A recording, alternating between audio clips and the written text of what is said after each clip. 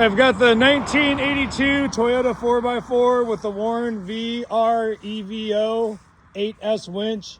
Had a couple questions on a video that I had, and somebody wanted to check out the boxes. So this is an Astoria bed. It is a fiberglass bed. So it's super light. It has these little latches on the back that hold the tailgate on like that.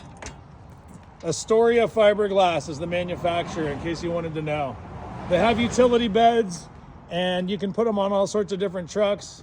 This one happens to fit on the 82 pretty nice. It's got nice little boxes, great for tools. About to go out and rescue a abandoned trailer, so I've got a bunch of tools in the back, and it suits me just fine for what I'm doing. If you end up looking for a nice utility bed, this Astoria bed is a great one. Hopefully you found the video helpful. See you on the next one.